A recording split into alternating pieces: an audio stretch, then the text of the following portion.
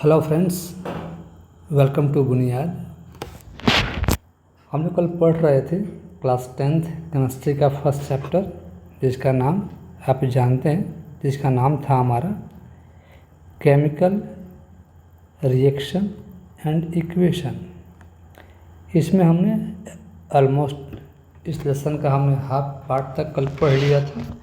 जैसे chemical reaction क्या है, इक्वेशन क्या है, बैलेंसिंग क्यों करते हैं और बैलेंस कैसे करते हैं, इसका एक अलग वीडियो आएगा। यहाँ पर हम लोग बहुत से क्वेश्चंस को प्रैक्टिस करने वाले हैं कि हम रिएक्शंस को बैलेंस कैसे करते हैं। हमें आज पढ़ना है या हम लोग को आज उम्मीद करते हैं कि जो सेकंड हाफ लेसन बाकी है उससे हम ख़त्म कर लेंगे।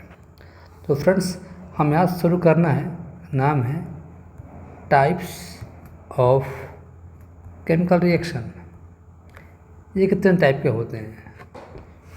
वैसे तो इनका बहुत टाइप होता है, लेकिन हमें इसका अपने सिलेबस में 5 टाइप पढ़ना है, जिसमें हमारा पहला का नाम है, हम पढ़ने जा रहे हैं, जिसे हम कहते हैं कॉम्बिनेशन रिएक्शन। कॉम्बिनेशन रिएक्शन इसी को जो कल संफोर आप पढ़िएगा, वहाँ आप एक नाम पढ़िएगा एडिशन रिएक्शन। सेम चीज़ पढ़ेंगे हम वहाँ पर, बट नाम अलग हो जा रहा है। काम वही है, नाम बदल जाएगा हमारा। कॉम्बिनेशन नाम में लिखा हुआ है कंबाइन हो जाना, मिल जाना। जैसे मान लीजिए कोई सबस्टांस ए था, एक सबस्टांस बी था, मान लीजिए बी था,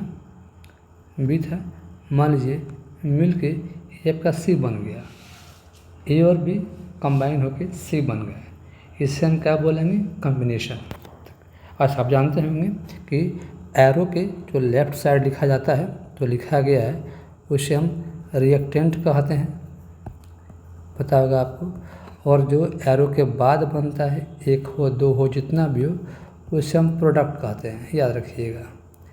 यानी कि रिएक्टेंट्स आपस में मिलकर क्या फॉर्म करते हैं?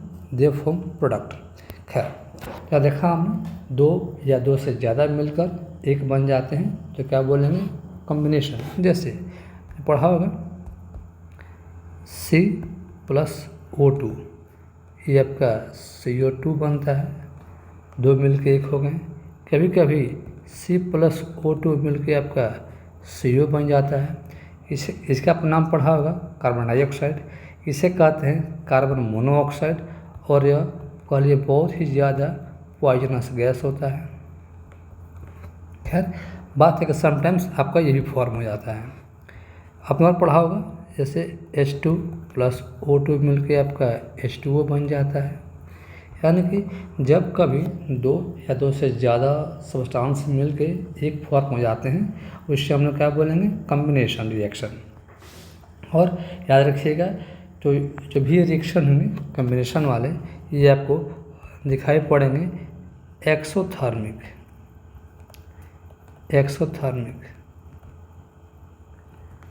हमारा और नाम आगे आने वाला है, उससे हम कहेंगे एंडोथर्मिक।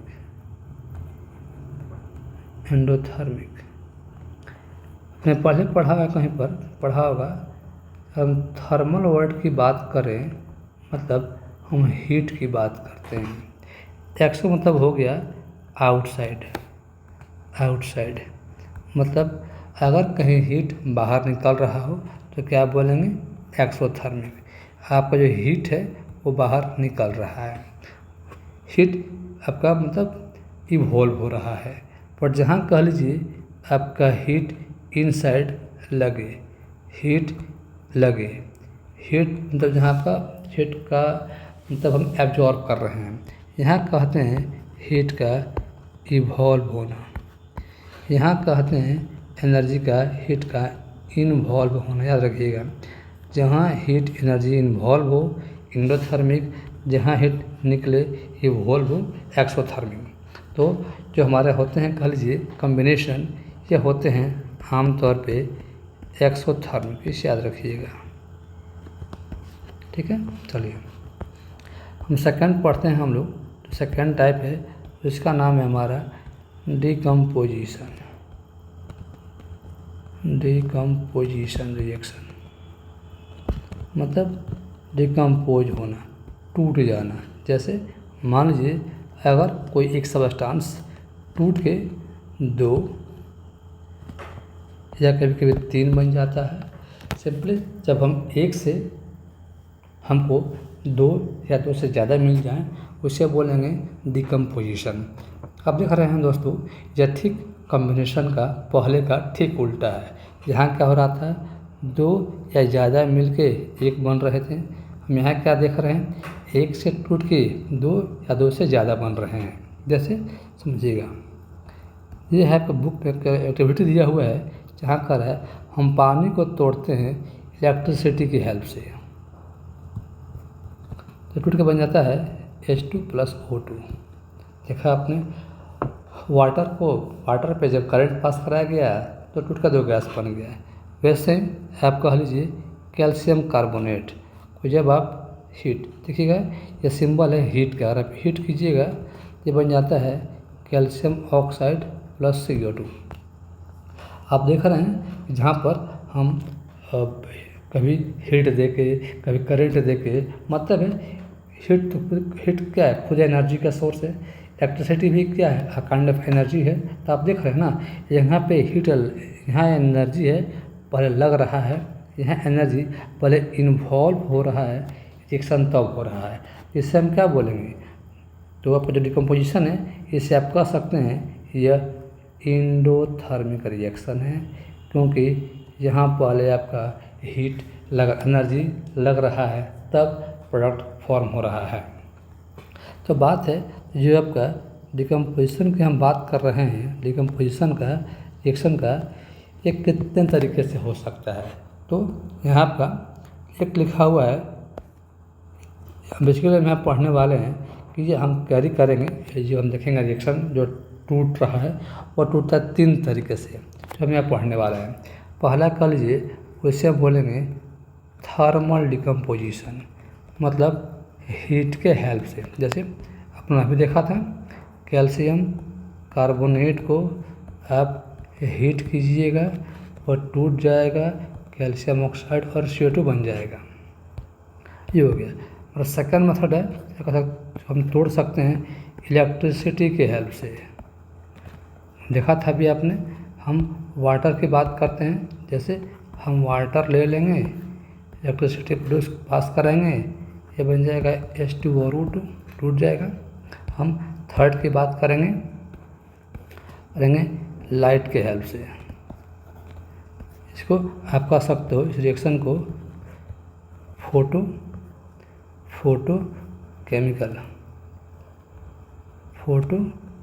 Chemical decomposition. मतलब यहाँ पर देख रहे हैं हम लोग लाइट का इस्तेमाल करेंगे इसको तोड़ने का। जैसे मान लीजिए AgBr सिल्वर ब्रोमाइड पे अगर आपका सनलाइट पड़ जाए, टूट के बन जाता है Ag, बन जाता है आपका ये Br, AgBr2। रिएक्शन को आप बैलेंस कर लीजिएगा तो बन जाएगा। बट बात है, देखा आपने सनलाइट के हेल्प से जो आपका कंपाउंड था AgBr, ये टूट के बन गया Ag और Br। दोस्तों आपने देखा होगा एक्सरे फिल्म को, देखते हैं कहा जाता है ना कि इसको धूप से, इसको सनलाइट से बचा कर रखना चाहिए, क्योंकि अगर इस पर लाइट पड़ जाएगा ना तो होता क्या है, इस फिल्म पे, एक्सरे फिल्म पे एक ऊपर से एक लेयर रहता है AgBr का, और जैसे इस पर सनलाइट पड़ता है ना तो जो ये कंपाउंड है ये टूट के ये बन जाता है। मतलब होता क्या है, पहले जो आपको इमेज दिखाई पड़ता होगा बूंस वगैरह का आपके एक्सरे में, वो मतलब या तो धुंधला हो जाता है या दिखाई नहीं पड़ता, क्योंकि सनलाइट के चलते वो जो केमिकल था वो टूट के आपको अलग अलग एलिमेंट के फॉर्म में चला आता है। इसलिए हम कहते हैं कि एक्सरे वगैरह को धूप से बचा कर रखना चाहिए। देखा आपने ये मतलब जो हमारा सेकंड टाइप था डिकम्पोजिशन, ये हम तो इसको हम तोड़ते हैं, रिएक्शन को हम कैरी कराते हैं 3 चीज़ से, थर्मल, हीट से, इलेक्ट्रिसिटी से और कह लीजिए लाइट से।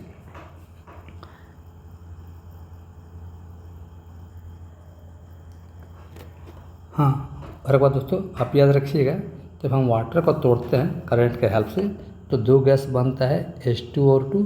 ध्यान दीजिएगा कि H2O2 कहाँ बनता है। आपने वर्ड पढ़ा होगा इलेक्ट्रोड, इलेक्ट्रोड पिछले क्लास में इलेक्ट्रोड। देखिएगा आपको H2 बनता है वो फॉर्म होता है, आपका याद रखिएगा कैथोड पे, इसको याद रखिएगा। तो H2 है ये कहाँ फॉर्म होता है, कैथोड पे, और जब का O2 है फॉर्म होता है एनोड पे, ही याद रखिएगा। MCQ के लिए पूछ सकता है आपका MCQ में, जब हम वाटर को ब्रेक करते हैं करंट के हेल्प से तो दो गैस बनते हैं वह किस इलेक्ट्रोड पे बनते हैं। याद रखिएगा हाइड्रोजन कैथोड पे, ऑक्सीजन एनोड पे। तो यहाँ दोस्तों हमने दो टाइप का पढ़ लिया, दो रिएक्शन। हम थर्ड पढ़ने जा रहे हैं, का नाम है डिस्प्लेसमेंट। हमें आपका डिस्प्लेसमेंट रिएक्शन इसी का आप लेसन 4 में नाम पढ़िएगा सब्स्टिट्यूशन रिएक्शन। एक ही बात है, सब्स्टिट्यूट करना, डिस्प्लेस करना, हटा देना, रिमूव कर देना, किसी की जगह ले लेना। जैसे आप यहाँ कह लीजिए सपोज एक एलिमेंट था ए अकेला, एक कंपाउंड था बी और सी।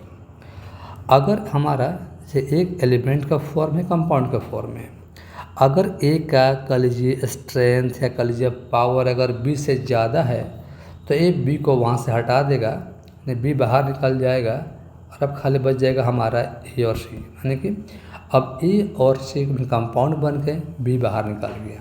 ऐसा कब होगा, जब जो ए होगा और उसका स्ट्रेंथ पावर जो भी कह लीजिए और बी से ज़्यादा हुआ तो। जैसे सपोज मैंने लिखा सोडियम, तो मैंने यहाँ कह दिया मैंने MgCl2 एग्जाम्पल के तौर पे।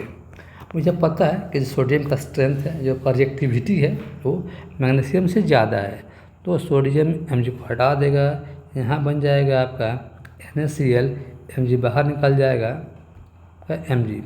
आपको दिखाई पड़ रहा होगा यहाँ 2 है, यहाँ 2 नहीं है। तो दोस्तों ये सारा काम वैलेंसी, याद रखिएगा, एक हम कहते हैं वैलेंसी, एक हम कहते हैं बैलेंसिंग।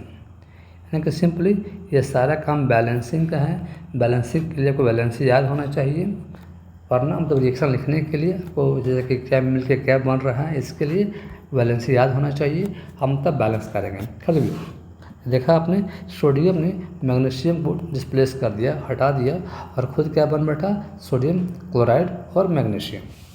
तो अब दिक्कत ये है, उससे पहले कुछ देखिए, मैंने कहा दिया यहाँ पर सपोज बना लिया Fe, मैंने कहा दिया यहाँ पर मान लीजिए NaCl।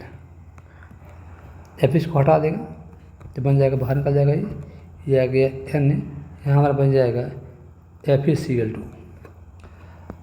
तो देखिए बोला रहा होगा कि हाँ नाम अपने सही से बनाया, बट ये गलत है, ये गलत इक्वेशन है दोस्तों।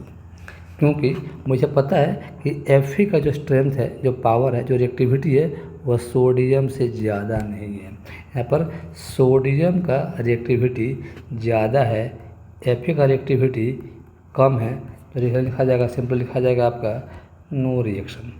यह रिएक्शन संभव ही नहीं है, क्योंकि जो लेस रिएक्टिव है वह मोर रिएक्टिव को इसके सॉल्यूशन से डिस्प्लेस नहीं कर सकता है।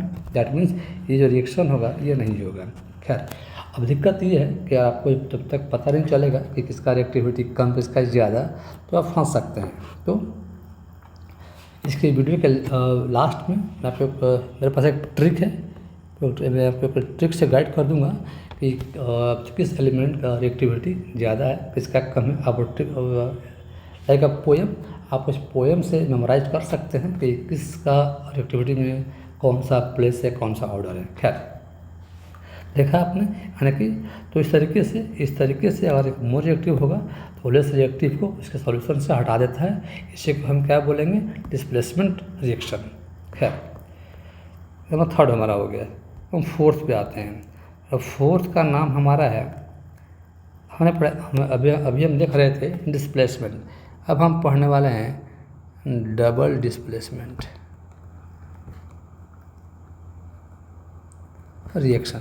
सिंपली वो था सिंपली डिस्प्लेसमेंट, अब हम क्या पढ़ने जा रहे हैं, तो उसका एक बड़ा भाई कह लीजिए आप डबल डिस्प्लेसमेंट। जैसे अपने यहाँ देखा था, एक यहाँ पर एक एलिमेंट था, एक कंपाउंड था, बट यहाँ देखिएगा यहाँ पर हम दोनों कंपाउंड लेने वाले हैं। ऐसे एक मतलब माना गया है कि आमतौर पे रिएक्शन जब भी हम कंपाउंड बनाते हैं ना, तो आगे लिखा आता है प्लस साइन वाला और पीछे माइनस वाला हमेशा, तो जनरली प्लस माइनस। हाँ, कभी कभी उल्टा भी हो जाता है तो आगे पढ़ेंगे, बट जनरली हम मानते हैं कि आगे प्लस पीछे माइनस। तो प्लस रिमूव करेगा प्लस को, और इसका स्ट्रेंथ पावर ज़्यादा है तो, और जो माइनस है वो हटाएगा माइनस वाले को। खैर, यहाँ हम जैसे बात करते हैं आयंस के एक्सचेंज का, आयंस के एक्सचेंज का मतलब है कि जो आयंस है ना वो अपना जगह एक्सचेंज कर लेते हैं। जैसे सिंपली कह लीजिए, यहाँ पर देखा था आपने एक माने ए बी को हटा रहा है, तो आपने यहाँ देखा कि अब जो रिमूव कर रहा है वो कम एक ही बार हो रहा है, बट यहाँ आप देख रहे हैं ए सी को हटा रहा है, या हम कहेंगे डी बी को हटा रहा है। तो यहाँ भी हम बात कर रहे हैं डिस्प्लेसमेंट का, बट यहाँ हम बात कर रहे हैं 2 बार, तो हम क्या कर दिया गया है डबल डिस्प्लेसमेंट। तो यहाँ पर बन जाएगा ए, देखिए ए जा रहा है डी के पास, ये बन जाएगा आपका ए डी प्लस माइनस, साथ में क्या बन जाएगा सी बी क्यों, किसी प्लस वाला है और बी माइनस वाला है। सबसे पहले कहा था कि जनरली आगे प्लस लिखा था, पीछे आपका लिखा था माइनस वाला, तो ए डी और सी बी। यहाँ देखिए क्या हुआ कि ए बी के पास था, अब ए चला गया डी के पास, और डी के पास सी था तो सी के पास बी चला आया है। तो यहाँ देख रहे हैं यहाँ पर काम हो रहा है डिस्प्लेसमेंट का 2 दफ़ा एक ही साथ, तो उसका नाम पड़ गया। और दोस्तों इसी को हम कहते हैं एक और नाम से प्रिसिपिटेशन रिएक्शन।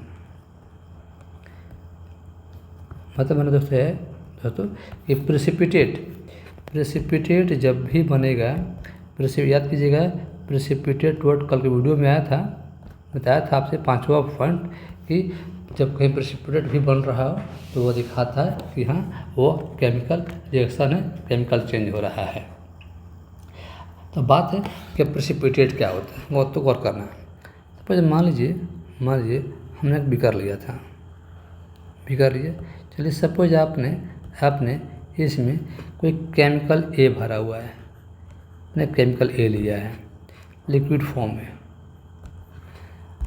आपने क्या किया, आपने इसमें एक और एक केमिकल मिला दिया, केमिकल बी मिला दिया, केमिकल बी, ये भी आपका लिक्विड फॉर्म में ही है। पर देखा आपने कुछ देर के बाद क्या हुआ ना कि रिएक्शन आपस में मिले, रिएक्शन हुआ, और आपने क्या देखा कि नीचे बर्तन में कुछ सॉलिड सब्सटेंस बच गए हैं बीकर में, क्योंकि ये पहले नहीं थे, ये रिएक्शन के बाद बने हैं, बाद में बने हैं। तो ये जो सॉलिड सब्सटेंस बच गए हैं इसी को कहते हैं प्रेसिपिटेट।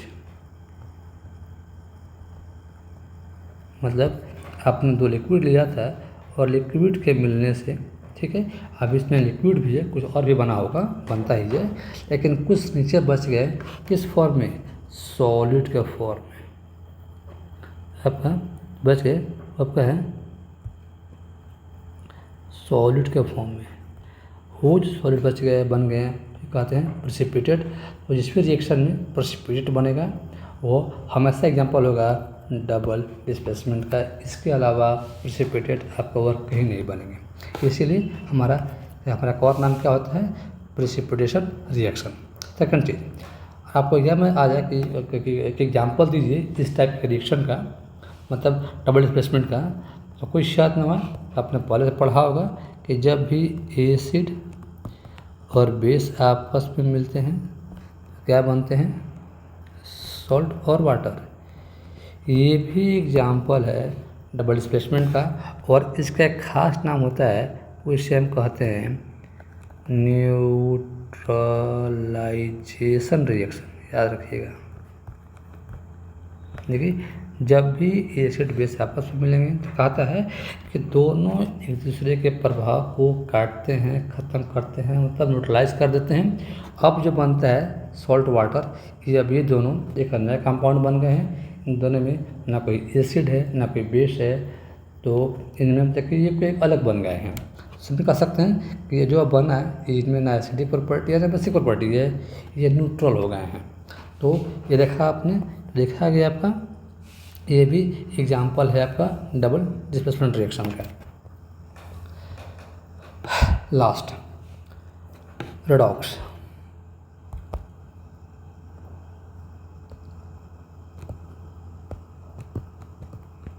रिएक्शन देखो, तो ये बना है दो वर्ड से, रेड और ऑक्स। रेड और ox means reduction means oxidation. तो ऐसे कहा जाए तो रिडक्शन एक अलग रिएक्शन होता है, ऑक्सीडेशन एक अलग रिएक्शन है। लेकिन जब कभी दोनों साथ साथ हो जाए, दोनों एक ही साथ हो जाए और दोनों का सेम रिएक्शन में हो जाए, उसे हम कहते हैं रिडॉक्स रिएक्शन। उससे पहले हम देखते हैं कि ऑक्सीडेशन क्या होता है and what is reduction. Oxidation and reduction पढ़ा होगा दोस्तों। जब कहीं पर ऑक्सीजन की एंट्री हो, किस रिएक्शन में ऑक्सीजन आ रहा होगा ऑक्सीडेशन, या अगर कहीं से एच भाग रहा होगा, सॉरी जस्ट मिनट, या अगर कहीं से आपका ओ आ रहा हो, या कह लीजिए कहीं से आपका ओ जा रहा हो तो रिडक्शन। वैसे ही कह लीजिए अगर कहीं से एच जा रहा होगा तो ऑक्सीडेशन, या एच आ रहा होगा तो रिडक्शन। आप थर्ड पॉइंट कह सकते हैं, अगर कहीं पे और इलेक्ट्रॉन्स भाग रहे होंगे, इलेक्ट्रॉन्स कम हो रहे होंगे तो क्या दिखाता है ऑक्सीडेशन, और अगर कहीं पे इलेक्ट्रॉन्स आ रहे होंगे तो क्या दिखाता है रिडक्शन। यानी कि क्या है बेसिकली हम बात करेंगे अपने सिलेबस में इन दो पॉइंट पे कि एच और ओ के ग्राउंड पे ऑक्सीडेशन कब होता है और सेकंड हमारा है रिडक्शन कब होता है। यार अब देखते हैं कि दोनों जैसे मान लीजिए, अच्छा अब हम देखते हैं जैसे सिंपल कह लीजिए C+O2, ये CO2 ओ आ रहा ऑक्सीडेशन, यहाँ आप कह लीजिए यहाँ पर H2+S, H2S, यहाँ H चला आया, देखिए H का आने क्या दिखाता है रिडक्शन, O का आने क्या दिखाता है ऑक्सीडेशन। तो दिस आर डिफरेंट रिएक्शंस। लेकिन जब दोनों एक साथ हो जाएं तो क्या बोलेंगे इनको, क्या बोला जाएगा इनको, क्या कहेंगे रिडॉक्स रिएक्शन। तो दोनों जहाँ पे दोनों साथ साथ होते हैं तो जैसे और कीजिए, जैसे मान लीजिए मैं कह दूँ आपसे सपोज CuO नहीं चाहते हैं, मान लीजिए CuO+H2, ये बन गया Cu+H2। ध्यान दीजिएगा यहाँ देख रहे हैं ना, यहाँ जो O है वो है कॉपर के साथ, पर ध्यान देख रहे हैं ना O आ गया है H के साथ। तो कीजिएगा यहाँ पे हमारा क्या हुआ, आप देख रहे होंगे यहाँ से आपका CO खाली CO बन गया, मतलब यहाँ से O भाग रहा है आपका, देख रहे हैं O कम हो रहा है। यहाँ देखिए H2 खाली H था, तो H2 खाली H था, वो O मिल गया, इसको O मिल गया हमारा। तो आपने भी देखा कि O का हटना क्या दिखाता है रिडक्शन, और O का आना क्या दिखाता है ऑक्सीडेशन। हम कह सकते हैं यहाँ पर जो Cu है वो आपका रिड्यूस हुआ है और जो H2 है वो आपका ऑक्सीडाइज हुआ है। तो ये बात करते हैं, हम बात करेंगे चार चीज़ का कि यहाँ आपका सबस्टांस ऑक्सीडाइज कौन हो रहा है, दूसरा सबस्टांस रिड्यूस्ड कौन हो रहा है, तीसरा ऑक्सीडाइजिंग एजेंट कौन है, चौथा रिड्यूसिंग एजेंट कौन है। दोस्तों पहले यहाँ पर दिखाई पड़ रहा होगा चार क्वेश्चन, पर चार में आपको दो को पता करना है। यहाँ पर एक पे एक फ्री मिलता है, एक्चुअली में एक पे एक फ्री, ठीक है। जो सबस्टांस ऑक्सीडाइज होगा वह काम करेगा रिड्यूसिंग एजेंट, याद रखिएगा, और जो सबस्टांस रिड्यूस होगा वो काम करेगा ऑक्सीडाइजिंग एजेंट का, याद रखिएगा। चलिए देखते हैं कौन क्या होता है। चलिए यहाँ देखते हैं आपका ऑक्सीडाइज कौन हुआ। देखिए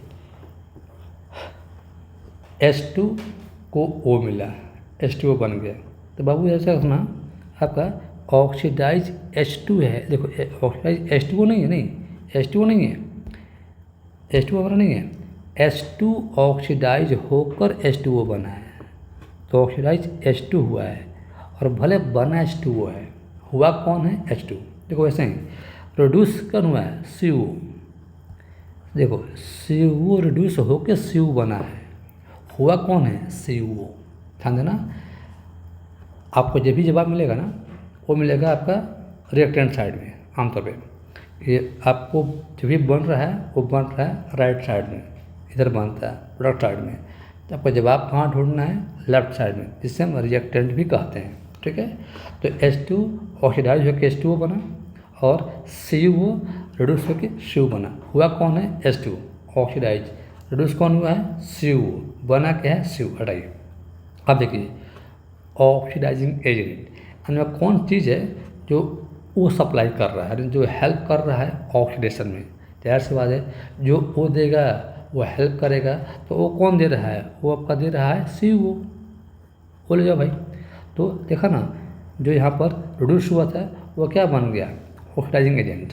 और कीजिएगा, हाँ लीजिएगा सेकंड चीज़, अब कौन है जो हेल्प कर रहा है ओ को खींचने में, ओ को भगाने में, रिड्यूस कराने में। ओ को कौन खींचा, ओ को H खींचा, ये क्या हो गया है H2। तो देखा आपने, देख लिया हमको एक पे एक फ्री मिल गया। क्वेश्चन थे 4, आंसर रहा 2, वह 2 आपका 2 बार चला आया। तो ऐसे आप इस पर काम कर सकते हैं कि मतलब एग्जाम में पूछता है कि आप क्वेश्चन दे देगा और बोलेगा कि इन चारों का नाम लिखिए, इन चारों क्वेश्चनों का नाम लिखिए आप। ठीक है, चलिए। तो दोस्तों यहाँ हमारा कोर्स पूरा होता है। थोड़ा सा हम देख लेते हैं कॉलेज ऑक्सीडेशन का हमारे बॉडी लाइफ में क्या यूज है, उनका डेली लाइफ में यूज। पूछने आपने एक पहले पढ़ा ही होगा रस्टिंग के बारे में। एक हम कहते हैं कोरोजन,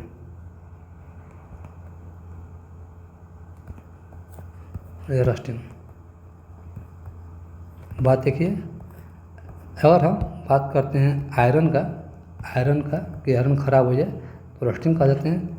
वही किसी मेटल का, कोई मेटल हो तो क्या कह देते हैं, कोरोजन। बात देखिए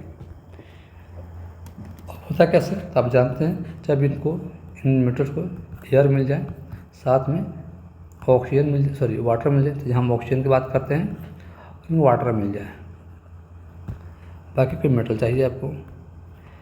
जब भी ये 3 चीज़ मिल जाएंगे कोरोजन रस्टिंग होगा।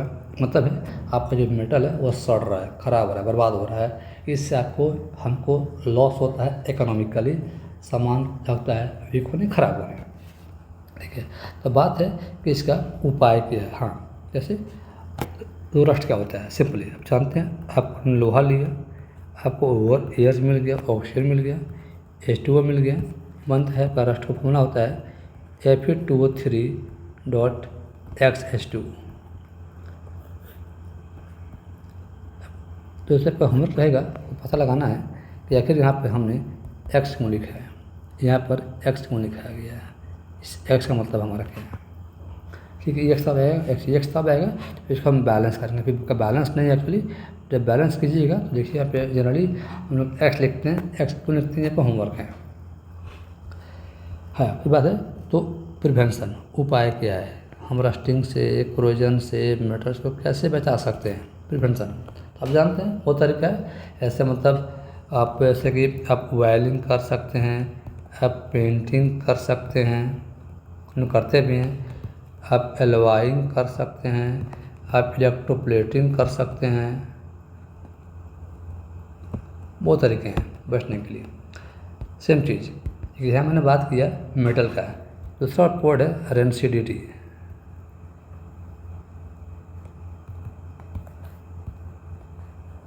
सिंपली देखिए, जो काम यहाँ हो रहा था विथ मेटल, बट मान लीजिए वही काम हो जाए फूड के साथ, देखते हैं हम कहते हैं फूड बासी हो गया, ख़राब हो गया। क्यों? फूड का आपका जो स्मेल है चेंज हो जाता है, आपका टेस्ट है चेंज हो जाता है, फिर कह लीजिए उसका रंग है चेंज हो जाता है। क्यों? हम कहते हैं ना फूड आपका ख़राब हो गया, तब फूड आपका डिग्रेड हो गया, सड़ गया, बर्बाद हो गया। यही जो है फ्रूट का ख़राब हो जाना। इसलिए कह लीजिए फ्रूट में वो जो फैट्स होते हैं, जो ऑयल होते हैं, वही ख़राब होता है आमतौर पे। तो इनका जो ख़राब होने से जो इनके स्मेल में टेस्ट में से आपको जो चेंज दिखाई पड़ता है, वो इसको क्या कहते हैं? रेसिडिटी। तब बात है को इसको आप कैसे रोक सकते हैं? तो वही देखते हैं, हम पैक्ड फूड खाते हैं, जैसे चिप्स है, कुरकुरे वगैरह, वो ख़राब नहीं होते हैं। क्यों? देखते हैं वो इस पैकेट में हम गैस भरते हैं नाइट्रोजन। ये कम वर्ड क्या होगा? एंटीऑक्सीडेंट। मतलब लीजिए ऐसा चीज़ जो ऑक्सीडेशन को रोकता है, जो एयर को रोकता है, जब तक आपको ऑक्सीजन नहीं पहुँचेगा वो ख़राब नहीं होगा। फिर कह रहा है एयर टाइट, मतलब एयर टाइट कंटेनर, मतलब कह लीजिए वैसे वस्तु में रख सकते हैं, कह लीजिए वस्तु में आप खाना रख सकते हैं जहाँ पर हवा ना पहुँचे, पानी ना पहुँचे। कहते हैं बाय यूजिंग रेफ्रिजरेटर।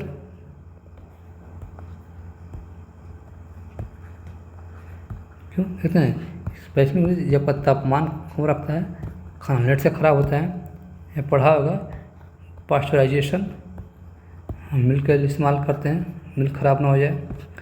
अपना पढ़ा होगा, कह लीजिए स्पाइसेस, वह कहते हैं अचार, पिकल्स खाते हैं, ख़राब नहीं होता है आपका। और आप कह लीजिए बहुत से देखते हैं वैसे प्रिजर्वेटिव्स, या कह लीजिए केमिकल्स, जैसे हम सॉल्ट कहीं कहीं ऐड करते हैं, लेकिन वो चीनी भी ऐड करते हैं। बहुत तरीका है जैसे हम खाने को ख़राब होने से बचा सकते हैं। ठीक है, तो दोस्तों यहाँ हमारा जो केमिस्ट्री का जो फर्स्ट चैप्टर है वो पूरा होता है। और आपको मेरी वीडियो अच्छा लगे तो प्लीज़ वीडियो को लाइक करें और अपने फ्रेंड्स के साथ इसको शेयर करें। और अगर कोई गलती हो गई हो तो प्लीज़ कमेंट सेक्शन में मुझे बताएं। I will try my best कि नेक्स्ट टाइम से गलतियाँ न हो। और यहाँ तक देखने के लिए सबको thank you, thanks for watching, have a good day, good night.